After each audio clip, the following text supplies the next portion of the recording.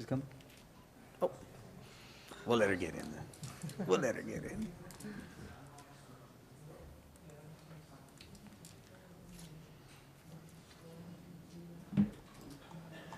Billy was out of town? I don't know, sir. You said he was out of town.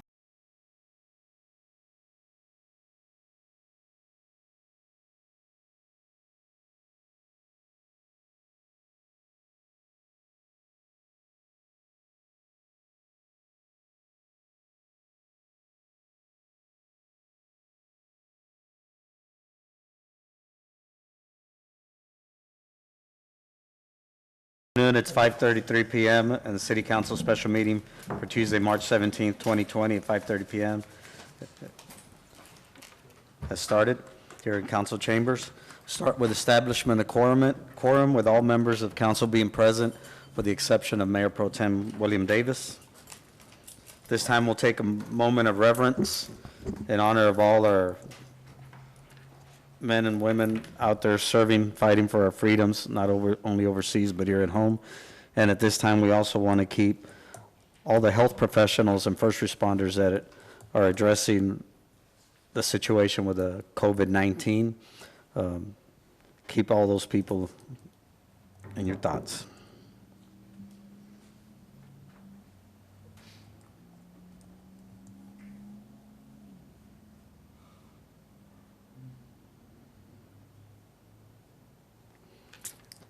Thank you. This time, Citizens Communications, I believe we have one. Yes, sir. We have one Citizens Communication, Ms. Anita F. Reyna.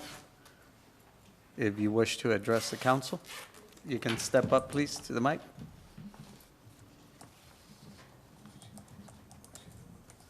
Good evening, Mayor and City Council. My name is Anita F. Reyna, and I live at 1155 3rd Street, Eagle Pass, Texas. And I just have a short message. In representation of the opposing neighborhood property residents of the zoning of the 1198 Avenue C lots 1012 Buena Vista from RX duplex to B1 neighborhood business districts. We wish to thank you for providing the saving clause setting forth the stipulation with the conditions for use by the business owner, only allowing for the construction and use of a parking lot at 1198 Avenue C.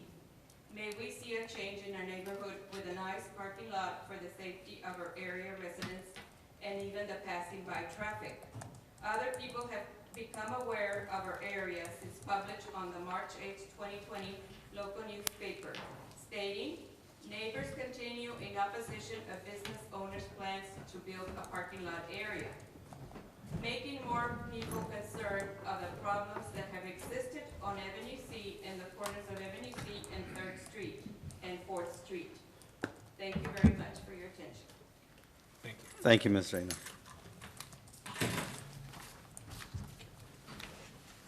Moving on to public hearings, item number 1. I believe that we got to table this because it did not go to PNC. Right, PNC did not make quorum last week, so this item has to be reposted again. That's correct, yes, sir. Okay. And I know, you know, it was spring break last week, and so let's just make sure in the future when there's holidays like that, but at the same token, it goes to show that the people we appoint for these positions, they have to understand that when the meetings are there, they're notified on time, and that way they can make plans accordingly. If not, so hopefully we can try to schedule on a better time. Yeah, that was Okay. a regular meeting. Yeah. Kind of following pretty regular. Yeah, okay. So no, we don't have to do anything for item number 1, right? No, sir. All right, moving on to ordinances, item number 2. Consideration and possible approval of an ordinance amending Appendix A zoning ordinance of the City of Eagle Pass, Texas to delete Section 8, 17A, and 9.1, 35A for used car lots, adding new subsection 13 to Section 10 to allow for used car lots, finding that the meeting at which this ordinance is passed is open to the public as required by law, providing a severability clause, and establishing an effective date. Mr. Barbera? Thank you, Mayor.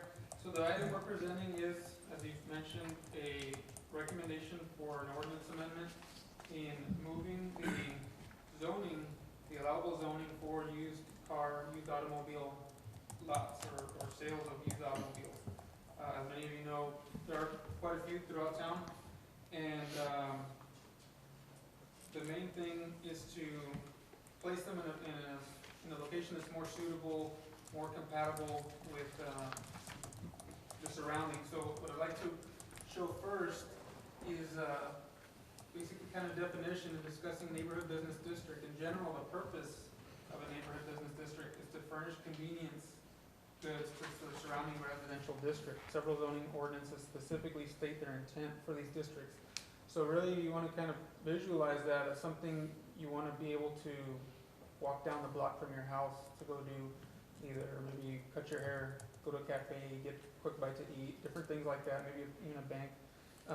Something while you're on your way home, again, you stop quickly on your way. So things that you're going to do for convenience kind of on a regular basis. Here's a listing of what's currently in the neighborhood business. We've got bakery, bank, barbershop, beauty parlor, doctor's office, dry cleaning, several items that again are things we do fairly often. And down at 17A, we have a used car lot, which obviously is not something a person purchases a car too often. Well, maybe some people do, right? But on average, it's many years between a purchase of a vehicle. Zoning in other cities, so we compared to see what some nearby areas or some comparable areas have. Del Rio did not have it in their what they call a local business district or their neighborhood business district. Laredo also did not permit it in their B1 neighborhood business district.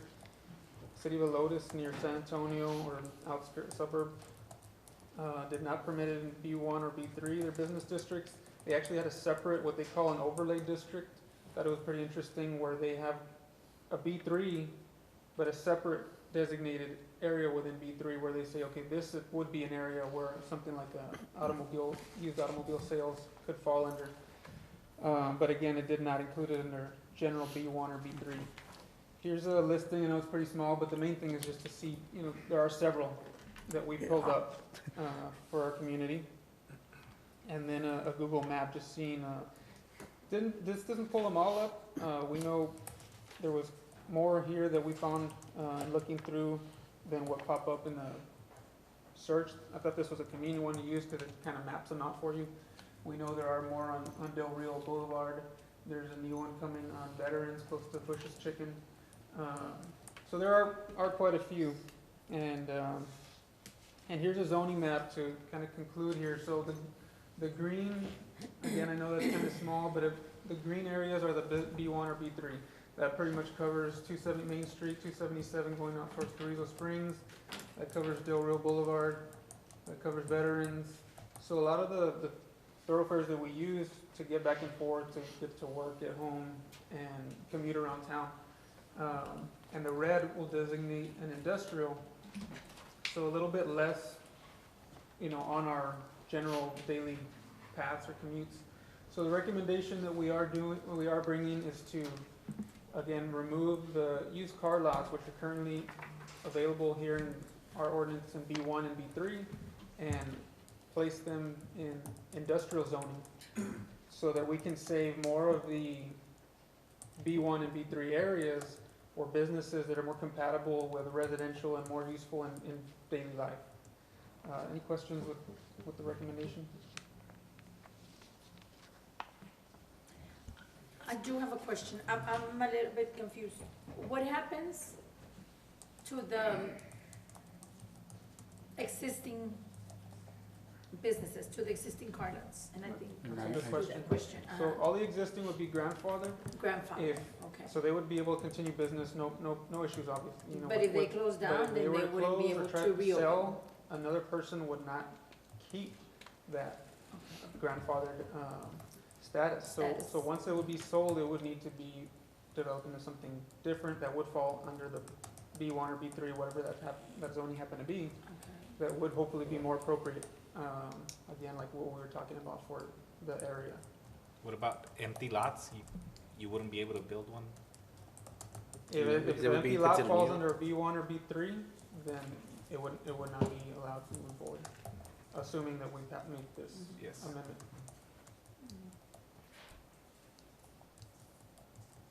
And once again, you're doing this, from what I'm gathering, this is, the B1 is not intended for this type of business.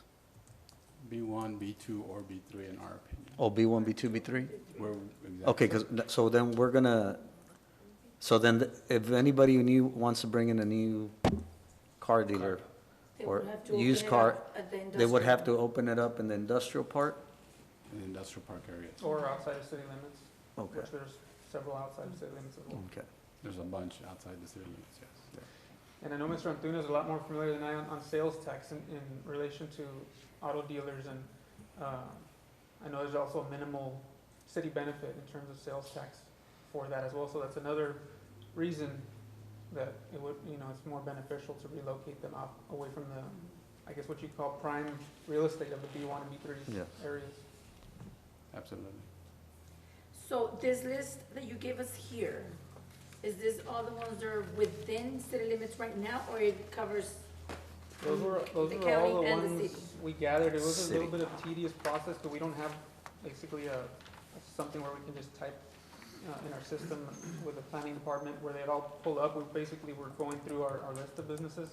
So those were all the ones we could find, and then as well as just looking online and compiling as many as we could. It was a little bit of a tedious process, so I wouldn't be surprised if we missed a couple. No, I just, my question was, are these all within city limits, or it's We also were just includes getting the all of the one ones in the area. Some In of- the city in the limits? city limits, inside the city limits? Like the map, Yeah. the other map? We were, those capture all the ones we were pulling up our community, not. This specific- Maverick Not County also. necessarily Not just specifically city or city. county, or it's No, but if you go to altogether. the other map, right there, that one. See, that one, that's all within the city That's- limits, right? uh-huh. So these that are showing here that is all city limits. And this other list, the longer list, Those were all the ones that we pulled All up, so you combined. can even in the see, ETJ? Linview Highway, some of these might be outside Oh, the okay. limits. So we mainly just wanted to show there are plenty basically in our community. So I don't think it would hurt if we stop allowing more new ones to continue within city limits. Okay.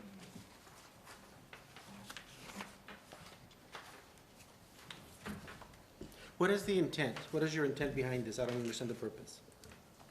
I mean, you said you're more well-versed, tell me, Okay. sell me on it. So the basic intent was to, when we look at B1, B2, B3, we Mhm. want to look at the compatibility component when it comes to everything that's generated as far as business is concerned, specifically in this neighborhood district business. We were looking at if you go back to the list of the items that are allowed in neighborhood services especially, we were looking at the list and we did notice that at one point or another, used car lots was added onto the list as an addendum. I don't necessarily know why it was done, but with that being said, we just noticed that, you know, these are compatibility components when it comes to neighborhood services, even for a B2 or B3. But it's more, it's just the basic zoning and compatibility component. We need to have, you know, when you're driving down the road, you need to be able to have a compatibility component where it just says, hey, listen, this is something that's gonna service our community. It's gonna service the neighbors that are 1,000 feet behind that specific business component. And so we wanted to bring this to the attention of council. Of course, P and Z passed it, but we wanted to bring it to you guys as well. Now, mind you, on the tax, you did mention the taxing component. I mean, used car lots, even new cars, don't get us sales tax. I mean, we all know that. Or 6.25% goes straight to the state, and nothing stays at the local level. So we get that component. So, and at the same time, a lot of the property obviously is it's not necessarily appreciating, it's depreciating as far as the vehicles are concerned. And many times they have, the little office they have is a manufactured office, it's not necessarily a brick and mortar office that actually brings in additional property taxes. So looking with the compatibility component and then meshing it up with the component of the taxing component, we felt comfortable that this is something that we really want to move in that direction. And like I said, we presented to P&Z, you know, they did approve it, but it all has to do with the compatibility component of what we can offer our neighborhood. In other words, what kind of businesses do we want popping up? And maybe empty lots within the B1, B2, B3 areas. All those items that they have there are perfect things that we want to pop up in in that area. Everything from doctor's office to, job training, medical offices, dry cleaning, et cetera, et cetera. Restaurant. Those are all compatible to the B1, B2, or even B3. Basically, nice businesses that are gonna bring in tax dollars to benefit the city. Well, they're services, And the they're Nice services. services that our residents can utilize, yes. For sure. And the ones that are in existence, that's not gonna affect them, At all. okay? Not gonna Right. affect them at all. They If they're will there, stay. they're there, okay? Can remain. Until they evacuate, then they can't start up another one. Correct. And good luck selling it. Huh? Asking good luck selling it. It's, if you look back, if you go back history before you were on Eagle Pass, it's like when the Ford used to be on Veterans Boulevard, it would have been very hard for them to sell it to anything other than what's being utilized now as Ram Country. And that's my fear, to have, what if someone does close and you're gonna have all these empty things that are more unsightly, then here we are limited instead of giving people an opportunity to do business. That's just me as a business And I person. know, I get that, sir. Veterans is a hot spot right now. Right. Basically, everything from Del Rio all the way to 1021, right? Those areas are not gonna be vacant for very much longer, especially with all the new residential development 1,000 feet to the north or 1,000 feet to the south. And so, we are of the firm belief that whether they're vacant now, they're not gonna be vacant for much longer. And the other thing I think just to add is that it was uncommon. We looked around and didn't find other people who had it in those districts. And I did also find City of Arlington, I think in 2013, so a couple years back, basically did the similar type of thing where they made it industrial only and also put special use permits. So not only was it designated only that certain area, not in the B business districts, but each person on a case by case had to apply, and it would have to go through their P and Z and council to get approved for any location. So they were very particular about where used car lots would be able to come up. And again, I think the other point you made was good on where Lancita was. It's just specifically used, so that one is more a new. They sell a lot of new vehicles there. That's a full-on dealership, you could say. So somebody could still do a new automobile dealership in a place like that. So, Which you're limiting. That's your point, yes, sir. so you're saying no other community, even, I know you mentioned W and others, so nobody allows that except us, is that what I understood? Except Eagle Pass? And that's those zoning districts. Under that B1, Under that B2, B1, B3. Yes. Yes. And when you looked at the other communities, they're all under industrial, or you said one of them had a So some of them different do have B3, one of them has it in a specified B3. B3 and then a separate section? Separate part of B3, yes. Okay. Mhm. And we're going to put them Industrial. industrial only. What's the difference between that section of B3 that other community had versus the industrial? In terms of, What's the big What- difference in where it's at? Are you talking about the overlay district? Yes. That he was talking about? So basically, when you discuss an overlay district, you gotta create it. Okay. You gotta go and then physically create it under a B3. In this case, it was a B3 situation. But we're discussing and moving them to industrial, which basically is where Ford is and where The Nisha, Brown right. is already, and some other locations that are doing in the industrial component. But yes, they will be grandfathered. Whoever's there now is going to be grandfathered. If they decide to sell a business that's already in place, does it stay? it is not. No? No, So if I have a used car dealership right now and I'm gonna sell it to you, you I can't, can't use it as a used car dealership. I have to repurpose it, I have to develop as something different that does fall within that zone.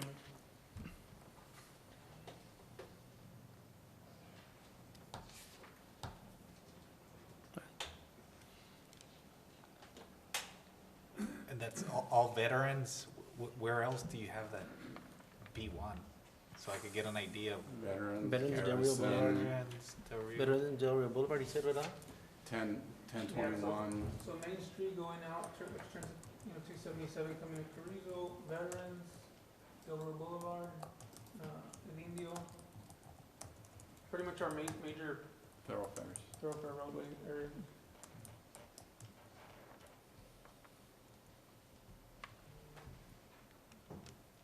A lot of our, yes, major thoroughfares, areas where we generally have drive-through, yeah, they would not be in those places anymore.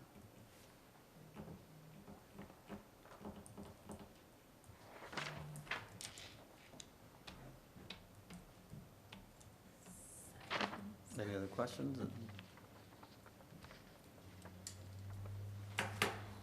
Anybody want to entertain a motion?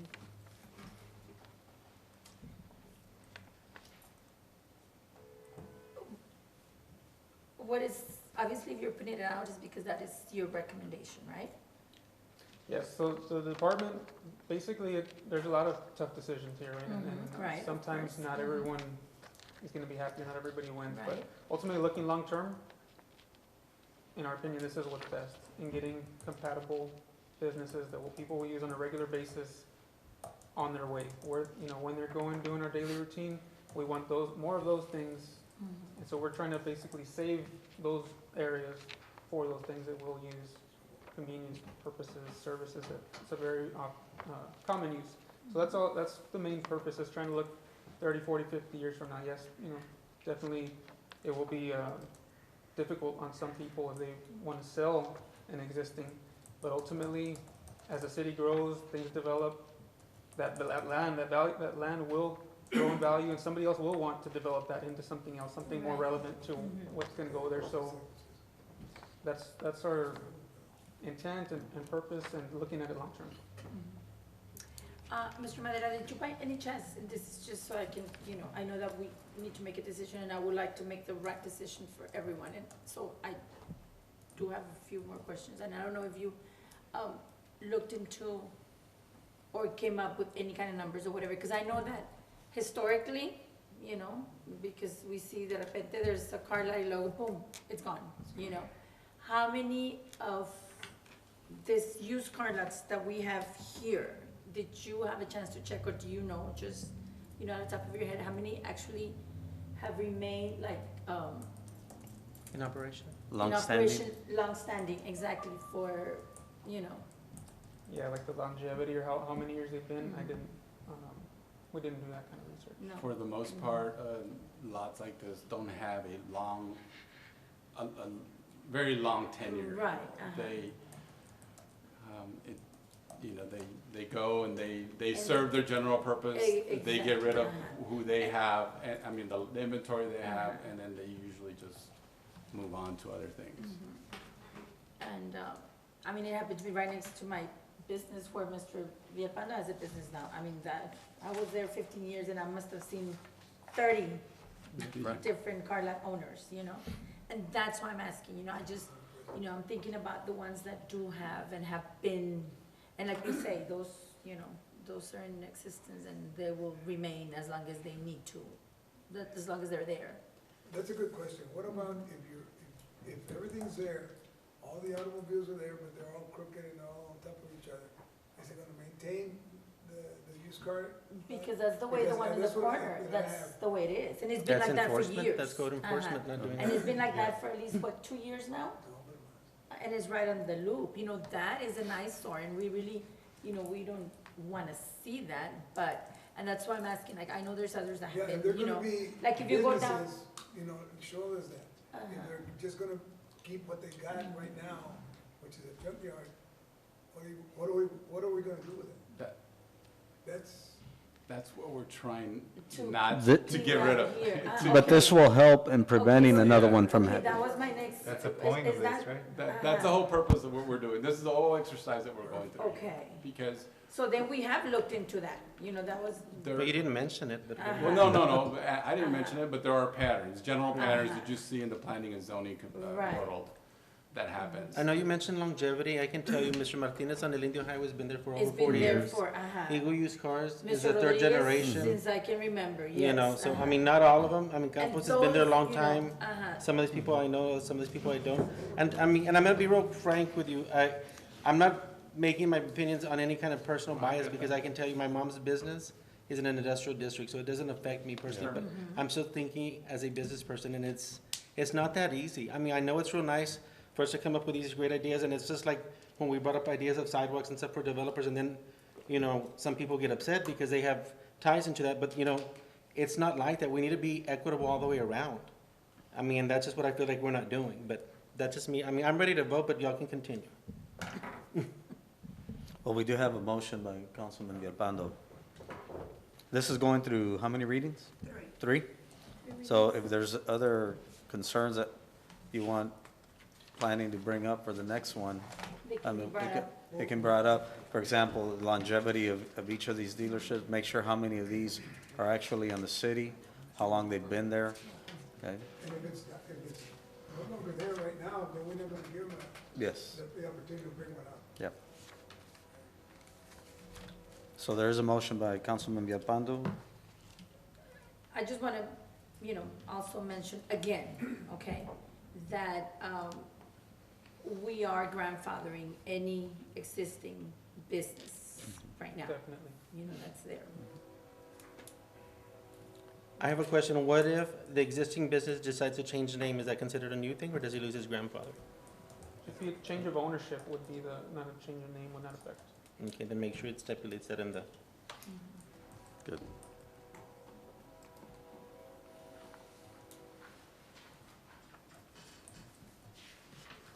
I know we see that, the part where it's, you know, it's dirty, it's got all that stuff. That's what we're trying to take away. Exactly. And it's not all of them, you know, Councilman Davis named a few, and there are some in town that have been there a long Have been time. there. They have And their they're probably nice, gonna stay there they another have their 20 nice years. barrier, keep everything nice and organized, they wash the cars Not off, so hurting some them. are nice, but unfortunately not all of them. There's a motion. There's a motion by Councilman Villalpando. Oh, second. Okay. Go ahead. Second by Councilman Salinas. If there's any further discussion, anything else that council wants to hear from the next hearing, next reading? So we got those two items, just how long have they been there? And what was the other In part? city limits or not. Yeah, and the ones in the making city sure that limit. they're grandfathered, the existing, and Mhm. Change. There's also that they can change the name, Change but name. not, But not not owner. so we can also look into that. I thought of something, well, that was a good point that was brought up.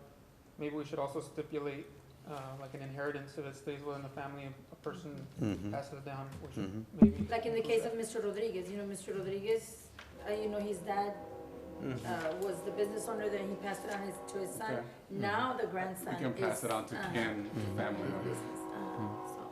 And of course, their business is, I mean, it's really nice, you know, you drive by there and they keep it clean, they keep their cars nice, and it's. Looks good. but it's okay, we don't want them in the city anyways, right? Or on the, just what you are saying. That we don't know what, in the city, those. I'll just go on. So there's a motion, second. Any further, there's no further discussion. All those in favor, please raise your right hand. All I those will against? Okay, 4 in favor, 1 opposed.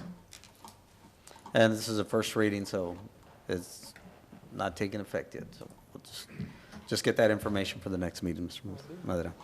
All right, item number 3, consideration and possible approval of an ordinance amending Appendix A zoning ordinance of the City of Eagle Pass, Texas, to amend sections 5C3 and 6C3, 7C3, and 7.1C3, regulating the rear yard building setback reduction from 25 feet to 10 feet, finding that the meeting at which this ordinance is passed is open to the public as required by law, providing a severability clause, and establishing an effective date. Mr. Madera? So, yes, Mayor, we'll start with the fact that we are looking at a possible modification, which would add a stipulation to this that's not currently included, so legal did mention that we should present that to you in case you would prefer us to take care of that before presenting. To table now, bring back with I guess, additional information. Because the original intent was to do this reduction after we received some comments from our city engineer, Ms. Rosales. We took some more things into consideration, and we'll possibly make a stipulation to this. So I have a fairly detailed presentation, a lot of information on there, but we can save that for after we've made the change, or we can present it to you so that way you understand what's. Well, if legal had some issues that needed to be addressed, I think wait till everything gets ironed out, we can table it at this time. Yeah, I think based on the information that planning presented just before the meeting, it'd probably be the best course of action at this point, is if they've got to do a little more research, get something figured out, then probably just table it at this point and then move on. Present it. Once everything's together, then do the presentation. So I guess if I could just give you a brief, just so you know what to be thinking about for this next one. So the way it was coming would be reducing the rear setbacks, specifically only the rear setback from 25 feet in existence down to 10 feet. So essentially allowing. Excuse my ignorance, what do you mean setback? So there's a restriction in the area of a To the property property. when you buy land that you can't build all the way into your full lot. There's Okay. certain what we call setbacks to say you need to at least save this much land, you can only build here. So generally you see 5 feet on the side of each house clear because there's a setback of 5 feet on the side. And in this case, in the front and back, we have 25 feet. So from the property line, you need to move back 25 feet to the front of your home, and same in the rear. Okay, so what the proposal was to bring that from 25 down to 10, essentially allowing owners to use more of their property, use more of their land. However, a huge part of this is the effect that building and what's called impervious cover, either concrete or rooftop, makes runoff of water. So the comment that our city engineer proposed was we need to be careful of what impact this will have on storm drainage, storm runoff. And because of that, we wanted to add to this a maximum impervious coverage. So it will have a reduction in setback still, but to where they can't use so much of their property to where it would negatively impact runoff. So that's the main change that we're gonna add is a stipulation that says reduction of setback, but only to a certain maximum coverage of their lot. But just wanted you to have the picture of what we'll be bringing. So basically, the general gist of this was so that, because we're getting a lot of variances where people want to build add to the backyard, where they want to attach to the structure, do a palapa, or they want to do a covered patio and attach to the existing structure. Well, at 25 feet, you can't do that if you have a 25-foot setback to the fence line, right? So you can't go all the way over there. This will give, let's just say you buy a house today, and 3 years down the road, I want to add a patio cover in the back. Well, you know what? I can't, because I have a 25-foot setback. As soon as I step out of my house, I can't build anything. So now, we were seeing a lot of variances come through the Board of Adjustments, and when you see that, you figure, hey, there's folks that obviously want to be able to do that on their backyards. And so we figured doing a 10-foot setback would be appropriate. Now, we need to make sure that what we're saying is that it's an accessory, not necessarily a full-blown structure. You're not doing an enclosed structure to the 10-foot setback, okay? So that's why we wanted to take it back and tweak that and say, hey, Sabbath Cave, it's gonna be a patio cover, it's gonna be a pergola, or if it's gonna be a palapa, okay, there's certain those setbacks count for those kind of structures. But for a full-blown enclosed structure, no, it's not gonna be. So they're not gonna be able to take the house itself, the building itself, to the 10-foot setback. Right. It's gonna be a porch, it's gonna be a shed, palapa. An accessory, yes. It's- So, yeah, so that's essentially the point that our city engineer and Gonzalez brought up in discussion with administration. Now, the other thing I learned from her is that impervious cover is impervious cover. So whether it be your house that you maybe extend your living room a little bit longer or do a palapa or porch or whatever, has the same doesn't Yeah. change, so that's something else to keep in mind, you know, in this item. And there's a lot of details to it to consider. And impervious cover takes into account the square footage, ¿verdad? The square footage of the R1, R2, whatever it may be. The state grants you a certain amount of impervious cover when you're dealing with a certain amount of square footage. We get that, and we'll work through that. But our intent, our initial intent was so that you can do a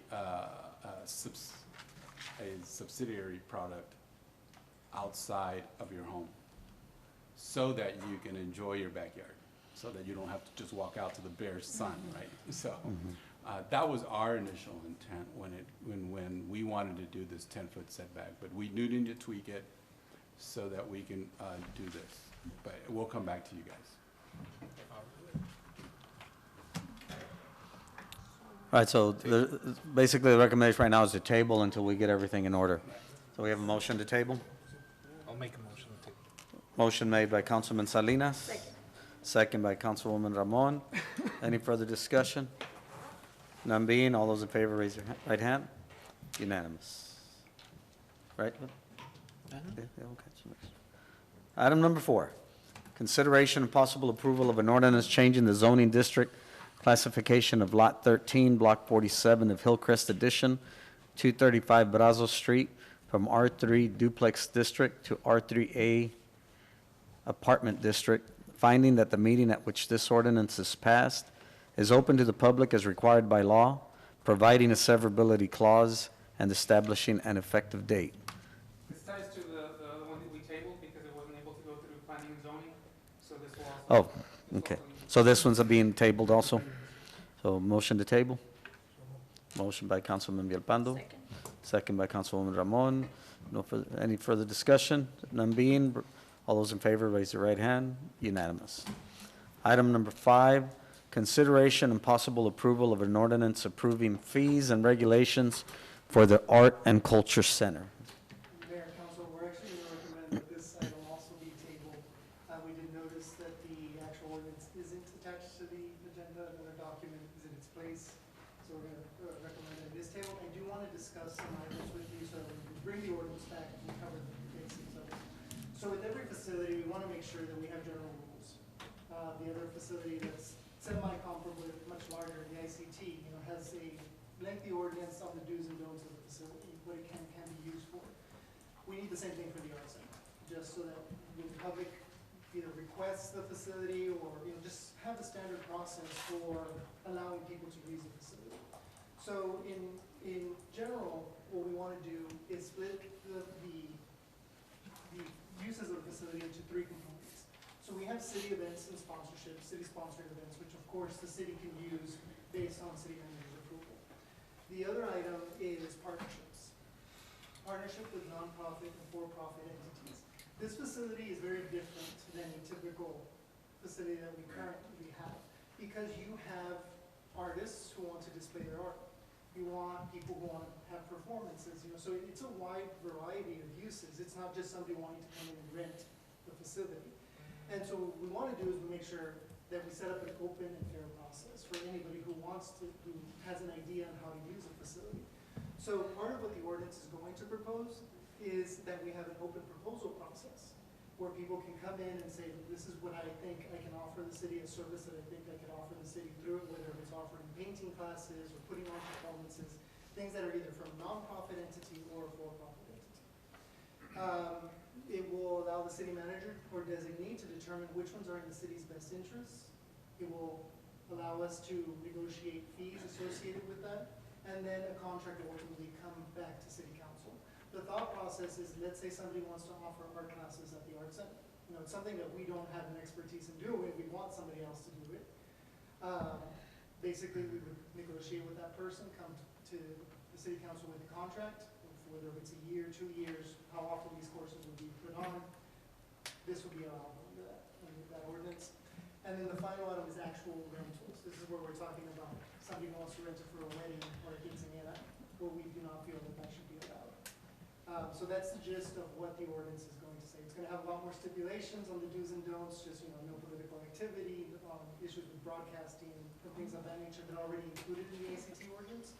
but that's the gist of what we would like to include. But at the same time, we do want to get council's input to see if those are, if that's what the thought is on what this art center should be used for. So we're tabling. But we're taking. Is there a motion to table? A motion Okay, made by just a quick Council. question. Jesse, and I was trying to see if maybe there was anything on there, but I don't see. Let's just say now, you know, how now, and it might be included in that, but I just don't, I guess I can't see where it would be, or where it would fit. You know how now it's, you know, people do those little birthday painting parties or whatever. Oh, Would that be one of the things, because I know you just said like, what is it, quinceañeras and I don't know what else wouldn't be allowed because of the size. But depending on the number of A kids, party or even for- adults that would want to use this place for that, that's something that would be, There's, yes, I know there's gonna be a little bit of difficulty with renting the space because typically there will be art on display. okay. And so this is property that belongs to somebody else, you know, who's gonna be responsible for that. Oh, If right. something goes missing, if something gets damaged, especially if it's a party, you know, say there's little kids there, you know, there's potential to damage the artwork. And so we really wanna shy away from that, but I think. but we can I mean, that always would be- attach a fee. If you damage property, you're responsible for Because paying. we had one, the city had the little kids, children, not little kids, but children's. So that, You know, ju- when ju- I said, I'm sorry, I'm go sorry, ahead. no, just to address that, you know, that might be possible with your regular fixtures, maybe a light switch, a lampshade, but art is kind of unique Subjective. sometimes, and you can't really put a price on that, and it just it depends, so, yeah, I certainly understand. Just Well, in relation to your comment Ju- about putting. Just putting a in the fee to- ones that we've seen, the two displays, they actually have a cost, a Yes. price on them. Do they pay a fee to have their art displayed right now? Not currently. Not currently, So we're trying to promote it. yeah. You ha- Sorry, I was just gonna walk. No, and I'm just saying like, you know, I mean, of course, it wouldn't be like a piñata, break the piñata type of party, no. But you know how now it's, you know, it's está de moda, it's fashionable to have a little get together, you know, you. A little for- sip and paint type of. Exactly, So- that's what I'm referring to, not a, you know, Yeah. Just to answer your Bring the question, whole- Councilwoman Ramon, so Economic Development Department actually oversees the operations of the art center. Right now, we're working in conjunction with the finance department to stipulate rules of what it entails that we're trying to get, or what are the things that we're trying to do there.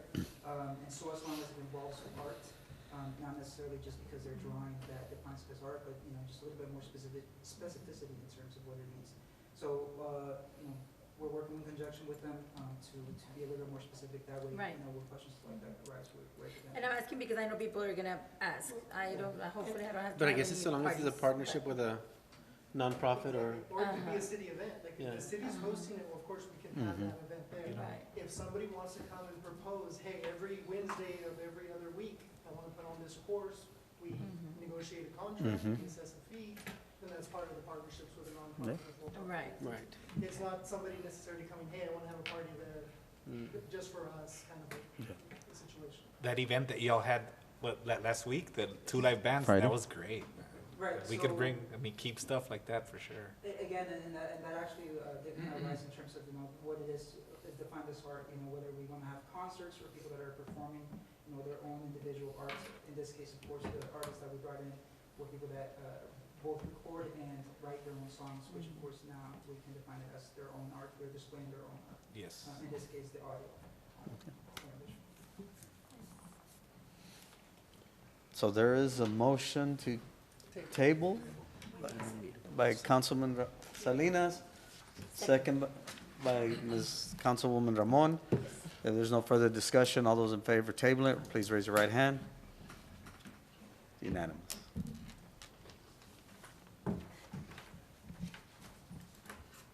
That was item number 5. Item number 6, third and final reading of an ordinance changing the zoning district classification of lots 10-12 and Block F of the Buena Vista Edition, 1198 Avenue C, from R3 Duplex District to B1 Neighborhood Business District, finding that the meeting at which this ordinance is passed is open to the public as required by law, providing a severability clause and establishing an effective date. So this Mr. is Madero? third reading, Mayor. I'm not sure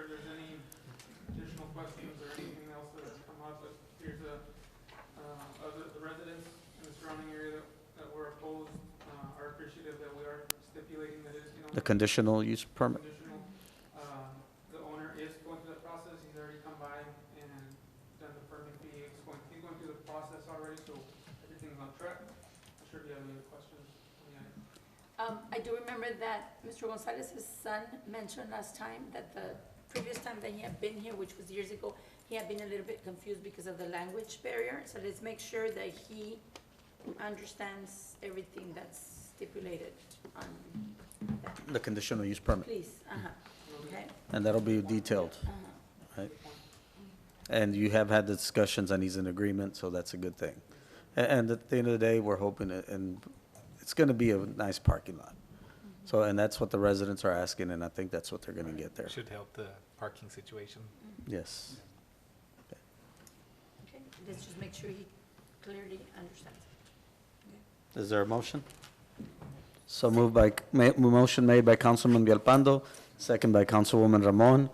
Any further discussion? If none being, raise your right hand for all those in favor. I'm gonna Four. abstain because I didn't hear her comment before, so I'm just gonna abstain because I don't know if she was referring to the same. So just for the sake of new information, I'll abstain. So 4 in favor, one abstain, abstention. Going on to resolutions, item number 7.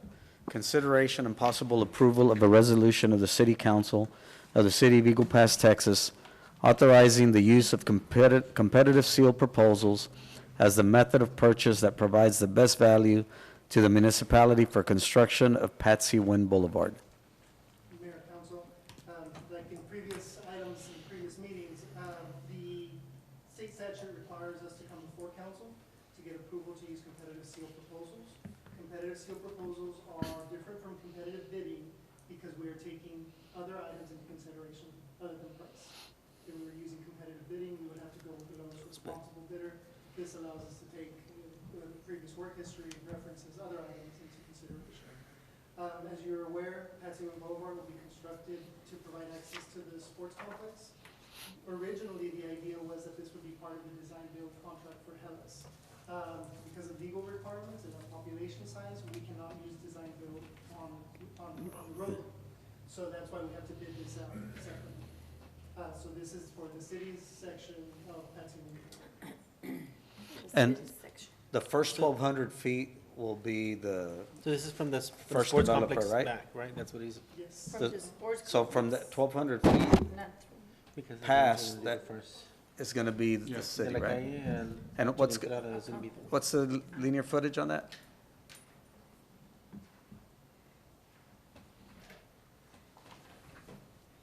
Good evening, council. So it's approximately 2/3 of the total is what the city will be doing. So the first 1,200 linear feet are responsibility of WECO and Associates, and then the other 2/3 of the roadway will be built by the city of Eagle Pass.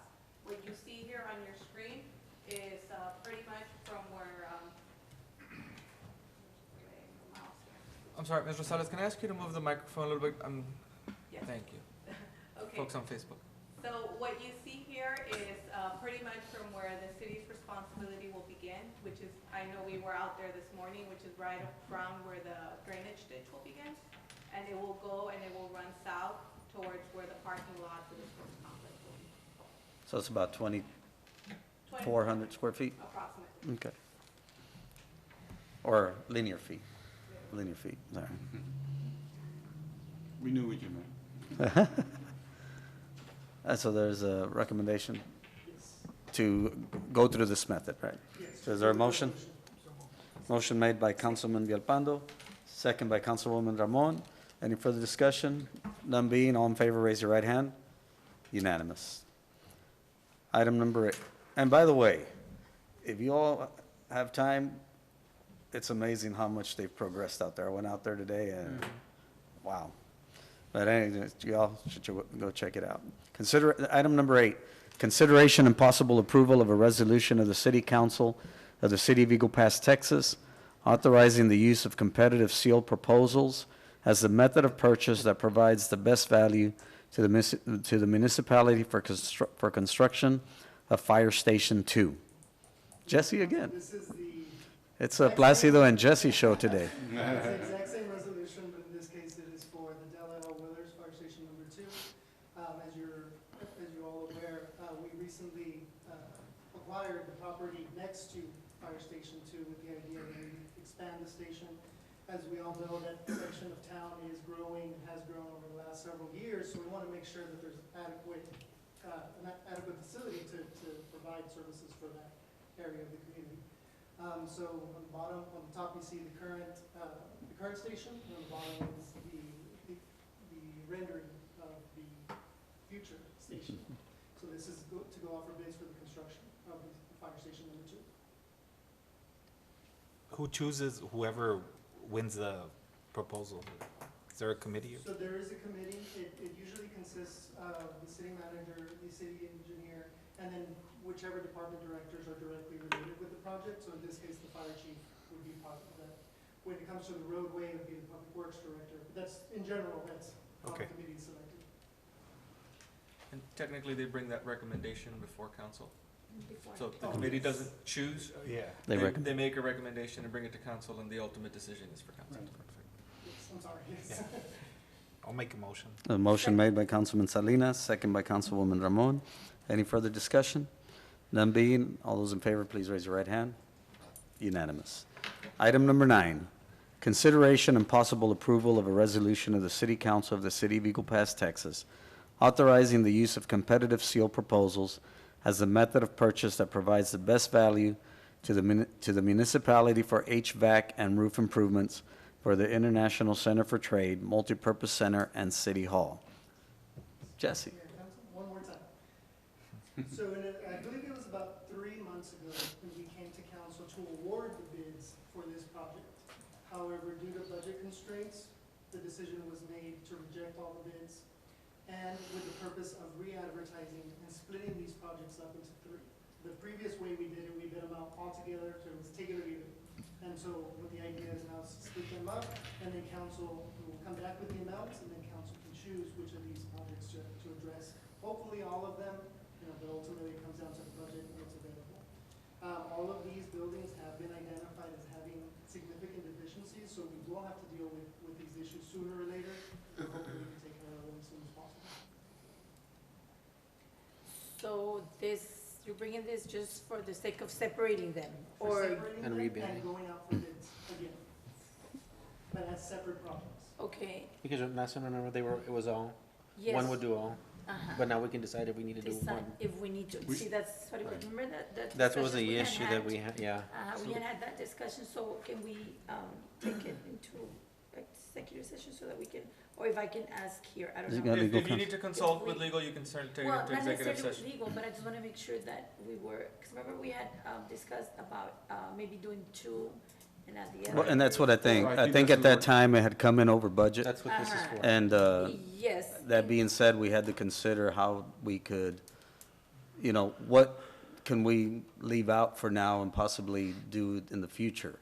And so that's when the decision was made, let's put it out, but separately, that way we can see what the budget will allow for Right, this uh-huh. time. Yes, and I understand that, but remember we had also talked about the possibility of, because of how old that one of the buildings is, that maybe we didn't, and that's what I had questions about. And- I don't know if we can. And I think that's where we evaluate the 3, and you know what? This is the building we said, you know what? Maybe there's another use for it, Uh-huh. and we can They can be consider that. rejected again. Okay, We right, can okay, okay. okay, Yes. so we're not necessarily We're not locked in. giving them a Right. certain order, nothing, just separating, okay, so moved. Second. But I do have Hey, you a got legal clarification. question, because this was something that was approved That's your previously, and so what does that do to, I believe that was rejected. We rejected Right, all so of you it. start from scratch. Fresh. And again, the ordinance is just allowing you to use the competitive seal proposals for these Separate. different projects, right? Okay. So that other bid was rejected, you start anew, and so Okay. finance is now just asking for permission to go out for these proposals in this way. separately? Okay, just, again, Mr. Valadez, just for clarification. Yes, ma'am. So, in the event that we were to decide to do away with one of the projects completely, then even Or if it's hold bid out off. again, Right. So There's that's, We're not committing to Like- anything right now, that's what I'm saying. so right now, it's just the type of bidding, right? The type of proposals that are gonna go out.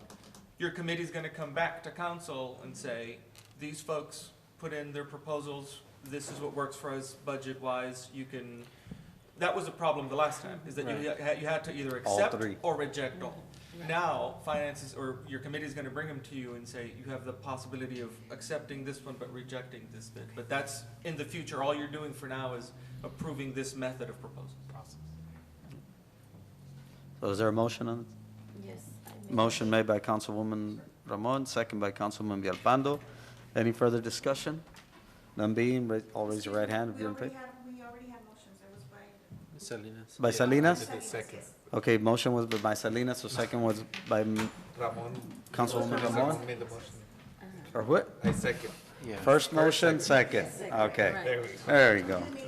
Motion made by Está poniendo Councilwoman nervioso. Ramon, second by Mr. Salinas. All those in favor, please raise your right hand. Unanimous. Item number 10, consideration and possible approval of a resolution of intent to adopt the property assessed clean energy program permissible by Texas Local Government Code, Chapter 399, in the city of Eagle Pass, Texas. Excuse me, just for the record, I do need to state, this is a resolution of the city council of the city of Eagle Pass, Texas. It was just worded, For number 10, yes. consideration and possible approval of a resolution. This is a Yes, just, You need to add, the city council of City Eagle Pass, Texas. it's just It's- the way it's- that they worded it when they posted it. It should have been consideration and possible approval of a resolution of the city council of the city of Eagle Pass, Texas, of the. Oh, okay. Okay. Consideration possible approval of a resolution of the City Council of the City of Eagle Pass, Texas, of a resolution of intent to adopt the property assessed clean energy program permissible by Texas Local Government Code, Chapter 399, in the City of Eagle Pass, Texas. Okay, we're missing that little phrase. Yes, thank you so much. Yeah, I apologize for that. We'll make that change to the next one. So, Mayor, City Council, good evening, for the Marcos City Economic Development Department. The reason for this item is, over the past few months, we've been bringing forth a few tools that we're making available to our department to be able to assist businesses in either expanding or developing new business here in Eagle Pass. Today, we bring forth the PACE, which is Property Assessed Clean Energy Act, which is no different. It's the next tool in our toolbox. And to give us a little bit of presentation of what it entails and what it means, we brought Mr. Doug Taylor from Texas PACE Authority to give us an explanation. Right.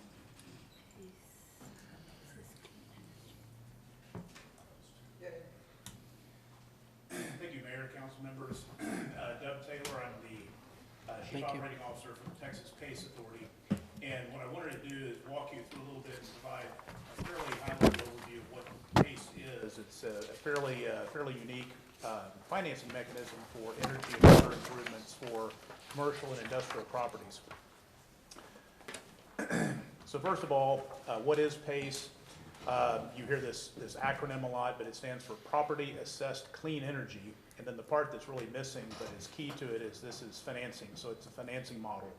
And it's a simple way that commercial and industrial property owners can make improvements, heating, ventilation, air conditioning, water conservation, distributed energy, solar panels, things like this, without actually having to fund these projects out of pocket directly. So this is a financing mechanism that allows a longer-term repayment that better aligns with the benefits or the savings that are created by them. Financing for energy efficiency, water conservation, or distributed generation projects. It's for commercial and industrial only. So in this definition, multifamily, so multifamily apartment, anything 5 units or more is considered commercial. Residential, single-family residential at this time under state law is not eligible, so this is just for commercial and industrial. And the key to this is repaid through a special assessment on the property that the owner agrees to. And so you're able to stretch the financing over a longer term with security, so it's not like an unsecured equipment loan. Again, it's authorized by the state. In 2013, a law passed that allowed local governments to create PACE programs. It's a local option program, so we've had about, I think 41, I've got a map later, 41 cities and counties around the state that have created these programs. local government enabled, and then most local governments decided they didn't want to set up a department to manage this, and so our group, the Texas PACE Authority, we're a nonprofit, and we administer these programs on behalf of the cities and counties. I mentioned it's voluntary and open market, so property owners, if they feel this is advantageous for them, they can take advantage of it. If they don't need to. It's a tool in the toolbox, as Arturo said earlier. And then open market, this is key in Texas, just given sort of the competitive business nature we have here. The way our program is structured is that any lender, any capital provider, any bank can actually provide the financing. Any contractor can do the work. So this can be a mechanical contractor, HVAC, so it's open in that respect. And then any property owner can participate in it and decide this makes sense for them. Some other states have a more restrictive setup where they have a pre-qualified list of capital providers and lenders and contractors. In our case, it's not. It's simply we have a structure and anyone can participate. So it really answers the question of how we're going to pay for it. A lot of owners understand that there are long-term savings and cost reduction opportunities around energy and water conservation projects, but there's a capital hurdle. They don't have the budget to make the investment immediately to then get the benefits, and so this helps address that question. And it's for existing properties only. So for local governments, it creates jobs. Typically, these are local contractors that do the work. It also improves the value of the assets, so the buildings themselves get improvements that maybe are long needed. It can reduce the maintenance cost if you have a contract for an old HVAC system. Improves resource conservation locally, so maybe that's a really hot day in the summer when there's a lot of demand on the electric grid, and we're sort of teetering on brownout situations where it could be water conservation. That's not only an immediate but a longer term benefit, and then saves money for the owner. So kind of a win-win-win there. This is a laundry list of the types of improvements. This is not a limited list, just an example of the type of things we're talking about. So with energy projects, HVAC systems is what we see in Texas. Obviously, air conditioning, going to a higher efficiency air conditioning system has a financial benefit. Energy controls, energy management systems, building envelope improvements. The last item was talking about a roof and HVAC. A lot of times that's done in conjunction because you need to replace the roof anyway. So if you have rooftop AC systems, that may be the time to upgrade and replace the mechanical systems. But the cost of doing all of that may be prohibitive for the owner, and so this is a means of doing that all at once. Renewable energy systems, water conservation, rainwater collection, anything like that. So this is just, again, just to illustrate the types of projects. And so the big difference, and this is probably the most important thing to try to remember, and a lot of this, because it's complicated, it takes kind of 3 times to hear it and to learn it. But if you look at conventional financing, and that's this model on the left, for an equipment loan, if you're an owner, typically a lender, a bank, if you don't have the capital or you don't have the budget to make the investment, the bank or the lender may say it's a 3 or a 5-year term because it's essentially an unsecured equipment loan. In the event of a default, the bank is not going to come in and tear the AC out. There's very little value in that, and so the interest rate may be higher. It also may be a shorter term that they want to recover whatever that loan is, and so the repayment portion is all up front, and so the owner sees all the repayment but not offsetting benefits during that time, and so that's kind of the conventional model. The PACE, the E dropped down, that's strange, but so the PACE alternative essentially is you stretch out that financing so you get immediate positive cash flow. So you have the financing over longer term, typically at a lower interest rate, and from day one you start seeing benefits, reduce utility costs, reduce energy and water costs, and those at least equal to the debt service. And so it allows you to better align the benefits from these projects with the financing, the bottom line. Overcomes a number of barriers. Again, I mentioned this, most owners don't have the upfront capital to invest out of their budget. This provides, there's no upfront capital needed for PACE.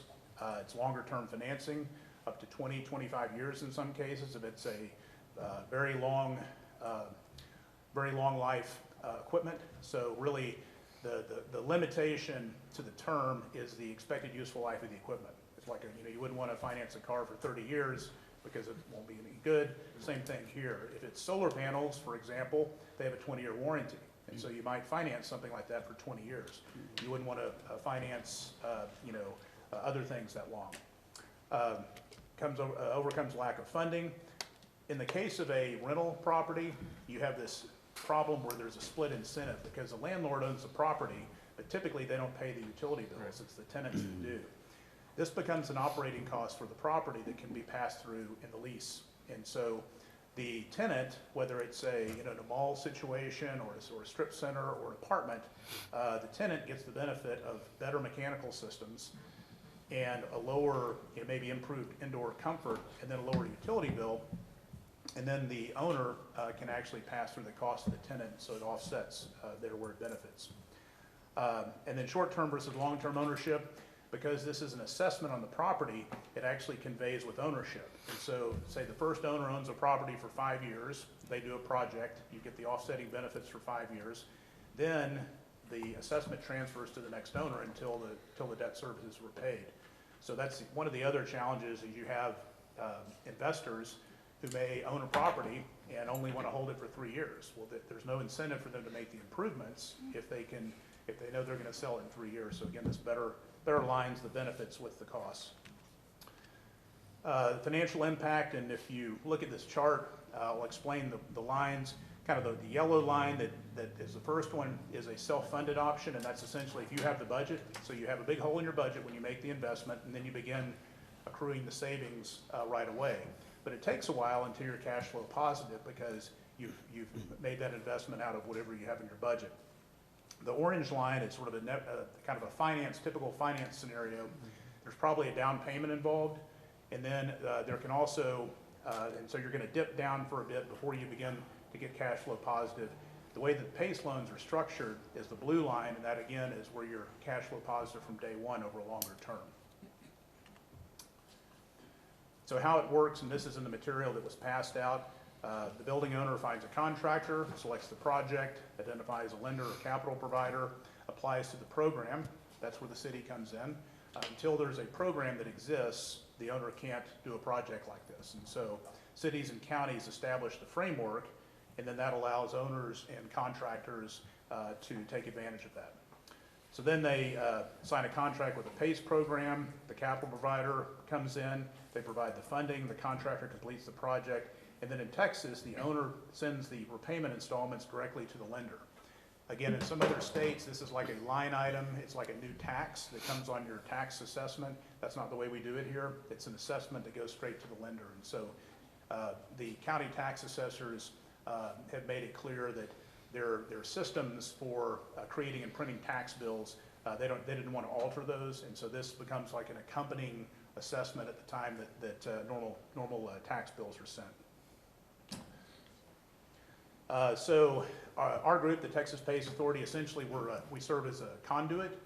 Sort of we tie all these pieces together, so the local governments that want to offer this, the property owners that may want to take advantage of it, the capital providers that want to provide the financing, and then the service providers. So our role is an independent administrator, really working on behalf of the city, or in the case of a county, to administer this for you. Based on technical standards, so how do you know what the savings are going to be? There are engineering standards that we use that are used to establish the baseline consumption numbers, and then the improved situation after the project would be completed. Those are the projected savings. This all gets reviewed under state law by what's called an ITPR, an independent third-party reviewer. This is a Texas licensed engineer that double checks to make sure that the projected savings and the baseline is all accurate. So that protects the owner, that protects the lender, and that helps make sure that the project is sound technically. And then the underwriting criteria, there is a limitation. So the assessment for a PACE project can be no more than 20% of the assessed value of the property. So there's a limitation. So you're not going to do 100% financing on a project. You're limited, it's capped. There can be variances. Some cities have asked on certain special projects, there may be other economic debt development considerations, and sometimes that can be raised a little bit, but typically 20% is standard. The savings to investment ratio, that's key. That means that in each year that the savings from the project cover debt service, and so we look at that.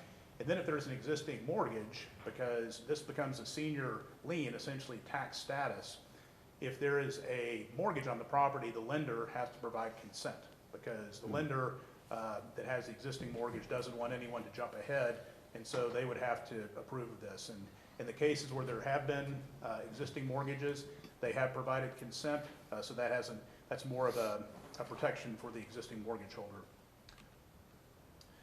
Where is PACE? As I mentioned, we're at 41 cities and counties now.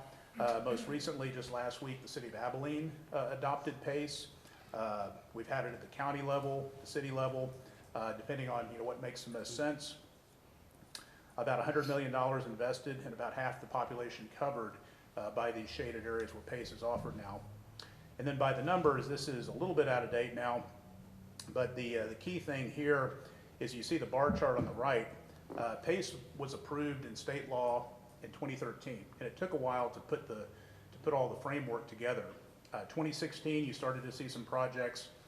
In 2019, we did as many projects in terms of overall funding as had been done all the years before.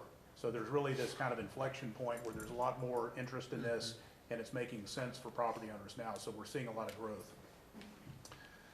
It's a win-win-win. Property owners get lower utility bills, energy efficiency, improved comfort. Contractors, it's a new source of business. It's a means of financing things that maybe their customers, their clients weren't able to fund otherwise. For lenders, fully collateralized, it's a low risk loan.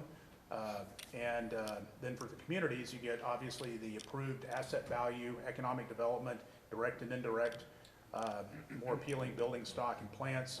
And then at the state level, again, I mentioned reduced electric demand during peak times, enhanced grid reliability, improved air quality, water resource conservation. So some resources there, including what I've got in the handouts, and I'm happy to take questions. So I'll stop there. Well, you're active in 41 county cities? It's a split, 41 total jurisdictions. Yeah, 41 total jurisdictions, yeah. So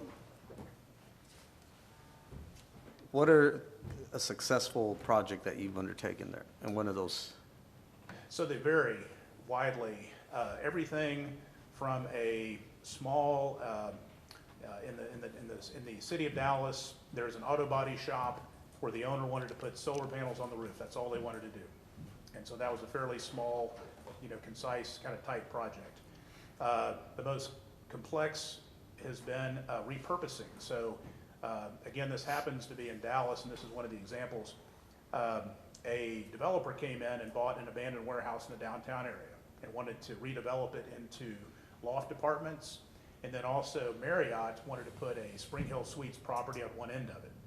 And the overall, cost for this project was $50, $60 million. It was huge. And part of their financing in that case, they had mezzanine debt financing, which was part of their overall capital, that is generally very high interest. You've got kind of equity, and this is an example of also in the paper also with this. So what they were able to do is to sever off all of the mechanical systems that were being funded as part of that project, fund that through PACE at a much lower interest rate, and take care of that part of the project, and then lowered the overall cost. And so that was very complex. We've seen in Amarillo and in El Paso, historic downtown hotels that had been abandoned that were being redeveloped, and those utilize PACE again for the mechanical system components. The other construction, has been handled through other means. We have a number of case studies on our website, and a couple of the examples are in the materials that I've handed out. So malls, we've seen probably some of the first, actually the first projects in the state were some malls where, again, there's this issue. The owner, since they did not pay the utility bills, there was not the direct incentive for them to make the investments, yet they wanted to make the tenants happy. And so through PACE, they were able to make some lighting, HVAC improvements, things like that, that then benefited the tenants both financially, but also comfort and better lighting for displays and things like that. So it really varies. But any kind of, energy, water, any kind of energy or water project that can spin off savings potentially is something, that's eligible.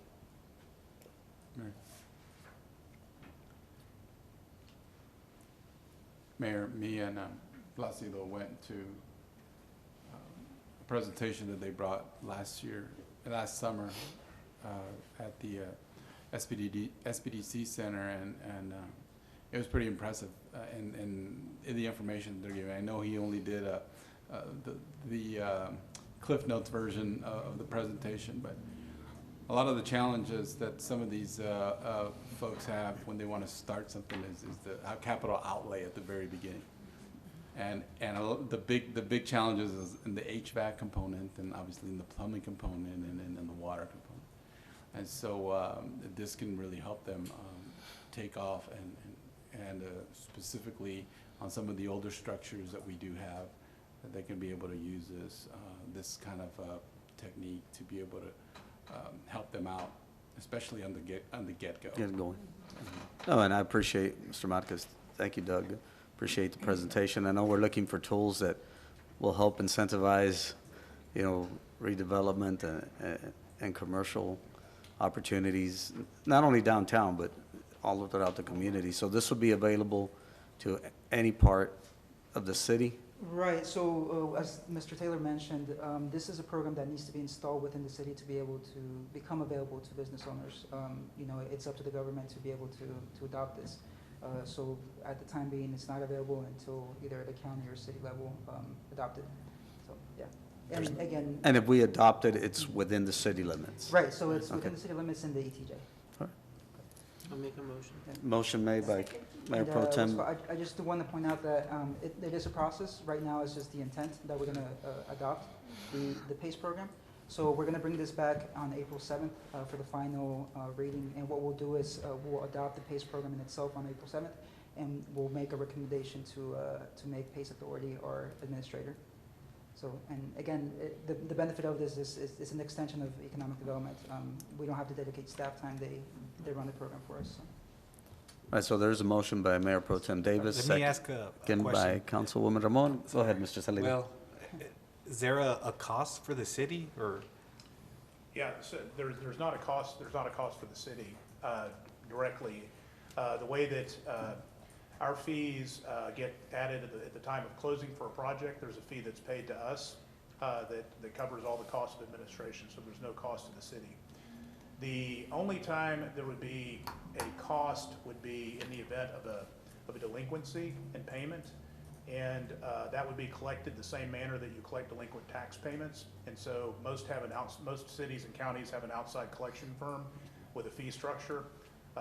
One thing about a PACE delinquent collection, we haven't had one yet, but because it's like a tax, if the owner defaults on a PACE repayment, the whole loan is not called in. It's simply the next installment, and so it's whatever they're in arrears. So it's not the whole thing is called in. So that's also makes it, again, it's a little confusing because it's like a tax, but it's not technically a tax in the way that it's collected and administered. Okay. So there's a motion and a second. Any further discussion? All those in favor, please raise your right hand. Unanimous. Moving on to other business, item number 11. Consideration and possible ratification of lease agreement with Spectrum for City of Eagle Pass phone system. Mayor, Council, back in late December, the decision was made to enter into an agreement with Spectrum to provide the phone service for the public safety headquarters. There was a necessity to get the project moving, and because of the timeline that it would take to get the phone system up and running, the decision was made then and there to approve it. However, because it is an agreement, it does have to come back to council. So the reason that it was approved earlier was just to expedite the process. This agreement is covered under co-op purchasing guidelines, so it's government pricing, so there was no concern with the cost, but it was in order, we did this in order to expedite that project, to make sure that that facility was moving forward. So this has only to do with the public safety complex or all the city? Yeah, so this is for the whole city. The issue that we ran across was that if we were gonna do that part of the facility, our phone system would not be compatible. Our current phone system is 10 years old, so it's either we would have to buy phones that are compatible with our old system or completely redo the whole system, which was in our CIP to begin with. So the cost of this is a little bit over $200,000 over 5 years. So it's about $40,000 a year. So again, the pricing is government pricing, so we did not have an issue with that. The reason it was approved was just to expedite the project. And to go on a lease. Yes. And Is there a motion? Motion made by Councilwoman Ramon, second by Councilman Villalpando. Any further discussion? All those in favor, please raise your right hand. Unanimous. Item number 12.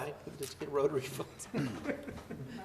Presentation and possible approval of the City of Eagle Pass Comprehensive Annual Financial Report, CAFR, or for fiscal year ended September 30th, 2019, as conducted by the firm of Martinez, Rosario and Company, LLP. Thank you. Welcome back, Mr. Milo. Hello, how are you? Good, nice to see you. Sure, not a problem.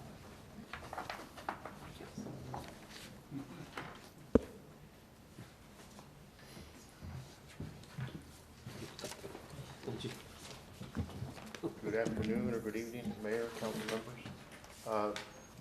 Jesse passed out the financial report, and then my presentation, the agenda is going around. So if everyone just grab one, pass on down. Again, good evening. Milo Martinez, the engagement partner and managing partner of Martinez Rosario and Company, your external auditors. The presentation start off on the main objective of the audit, which is the independent auditor's report, which is on pages 1 through 3, and the basis of the opinion. The first page just covers the information of what's the scope of our audit, and that's fairly standard. Our responsibility, the city's responsibility and management. On page 2 are the opinions, and that's on the top of page 2. And again, the opinions on the different major funds that are represented in here is that the financial statements are materially correct in all financial respects, and it covers governmental activities, business activities, all of your major funds, and then any remaining funds that are grouped together as of the end of the year and for the operations of the year, the operations of the city. And also some of the statements have cash flow statements. There is a prior period restatement that was done for some post-benefit liability, and that's been recorded there. There's also the single audit information, which is on, so that's the next paragraph. This paragraph covers, there's what's called the required supplementary information, and that matches up with your statements. We're not issuing an opinion on it, which is the normal course of that. And it deals with your pension plans and your post-benefit liabilities, and those get updated every year. Your funding and what's going on. Last year you had an asset where you had more money than what you owed in the retirement. Well, this year we had a huge swing the other way. You had like a $330,000 asset because of changes in the markets and your mix of people and their estimations. Now you've got a $6 million liability going the other way. So it's big fluctuations occur in there, and there's a lot of estimations that the actuaries do. So we just get those reports and work with Jesse and his staff and record the information. So it goes up and down. But again, they do the valuation at the end of the calendar year. So they did this back in December of 18. And then we make some adjustments for the activity that you pay in from those 9 months. And then on page 3, talks about other information, and that's where the single audit. So your federal programs, we audit those. We picked the larger programs that needed to be tested. Again, we've issued an opinion on that, and I'll cover that in just a second. And then we also issue have to follow government auditing standard and have issued that report. And so moving on to the report on the government auditing standards, that's on pages 79 and 80. The bullet points here are the 2 focus areas of that report. And one of them, we look at your internal controls over financial reporting. And those are the controls that you use every day to process the city transactions and operations. And again, we found those to be in good operating function. There's no material weaknesses or significant deficiencies. And so again, you were fine there. And as far as if you had any non-compliance, let's say with a bond ordinance or some other contract that you had that would have a negative impact to trigger a liability, we would report it there, or there's a major violation of a law that we run across in there. There's none of that. You were fine on that, so there's no items to report there. We also look at your compliance with what's called the Public Funds Investment Act. So those that you work with that are on the committee see the quarterly reports, how you're doing your investments and all of that, and how you're making sure they're collateralized, and you're renewing either CDs or you're with the tax pool and all of that. But you've got certain rules that you have to follow on the public funds, and so that's part of what we look at in that area. The next report is on pages 81 through 83. It's an independent auditor's report on compliance for each major program and on internal control over compliance required by the uniform guidance. This is when you have federal dollars and you have grant dollars that exceed $750,000, $750,000.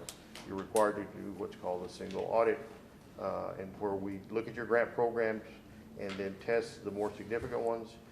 Those larger grants, those generally above $750,000, have to get looked at once every 3 years. So we cycle through those. And if a program, we may look at a smaller one if it hasn't been looked at in 3 years, and we need to modify our sample and have a broader streak. There's a criteria that we follow to get the selections. But anyway, this year we're still looking where your biggest program is over at the Water Works system, where they're expanding and using those loans from Texas Water Development Board. There's some compliance requirements that you have to follow there. And again, so we tested those, and you're in good shape there.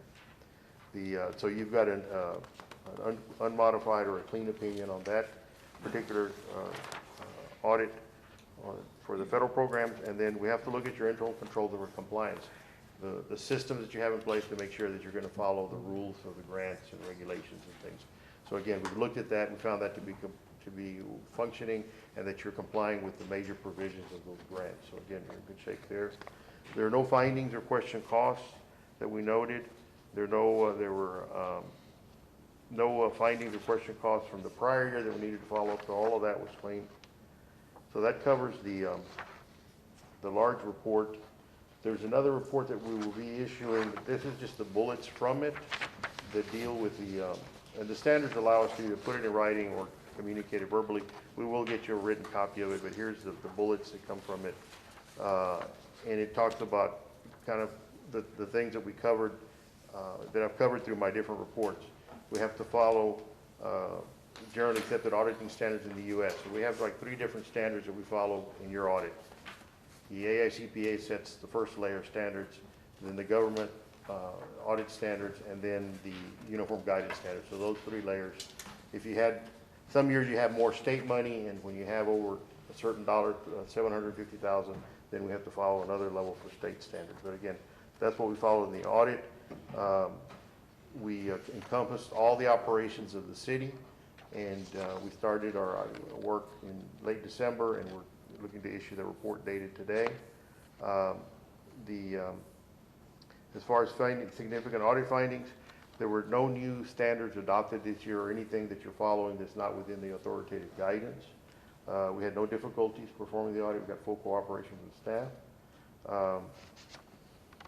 The corrected and uncorrected misstatements, we posted some adjustments staff had, and so again, all of anything that needed correction has been adjusted and reflected.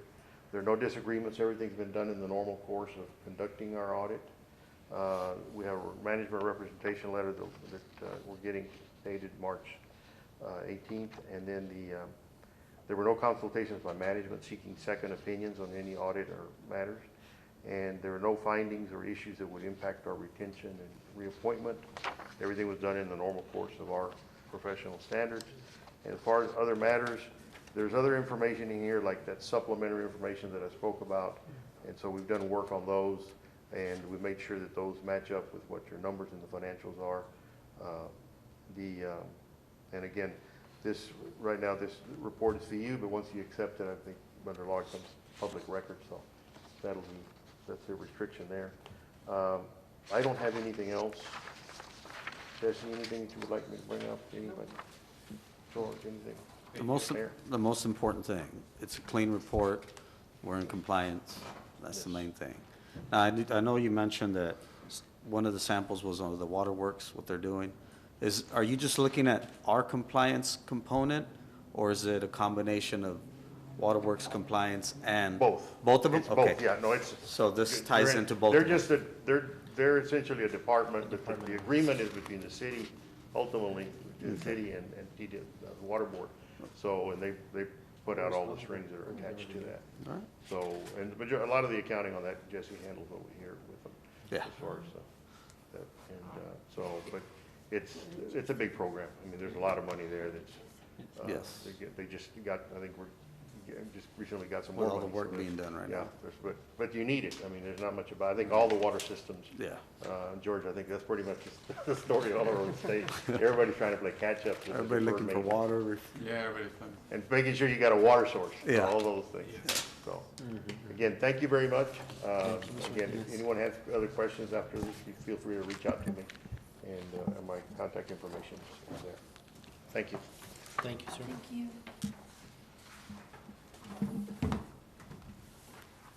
So there's a presentation. Thank you, Mr. Martinez, appreciate that. Jesse, Finance, really, the administration, thank you for the work and making sure we're keeping up to par with all the requirements. We know, especially when there's grant monies involved or even Right. bonds, we got to be in compliance in how we're using them. So thank you for the work you've done and giving us another clean report. So is there a motion to approve? Motion made by Mayor Pro Tem Davis, second by Councilwoman Ramon. Any further questions or discussions? I do want to say something that, thank you, Jesse, and your team and the finance department. They got recognized again for recognition for the comprehensive annual financial report recognition. We take it for granted that it happens every year because, we do a darn good job here. And I know that the finance department does a great job. So kudos to you and your team on this, getting that one more year. Keep it going. Awesome. Yeah, it is. So there's a motion and a second. Any further questions? If none, all those in favor, please raise your right hand. Unanimous. Item number 13, consideration and possible authorization for city manager to utilize contingency funding for emergency preparedness.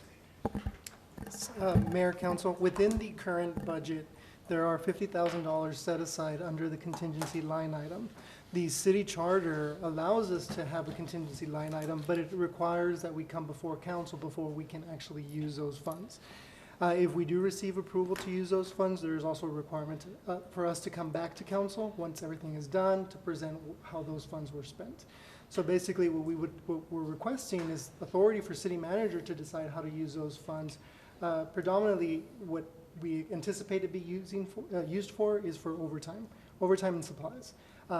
That being said, I cannot say that that's the only thing it would be used for, but it would just be up to the city manager to determine how to best use those funds. And in this case, we're looking at the emergency declaration from the president and from the governor in relation to the COVID-19. We continue to monitor the situation. Before this meeting, we met with the EOC team. We're not activated yet, but we have been meeting. They've been meeting daily and getting updates from the Texas Department of Health Services.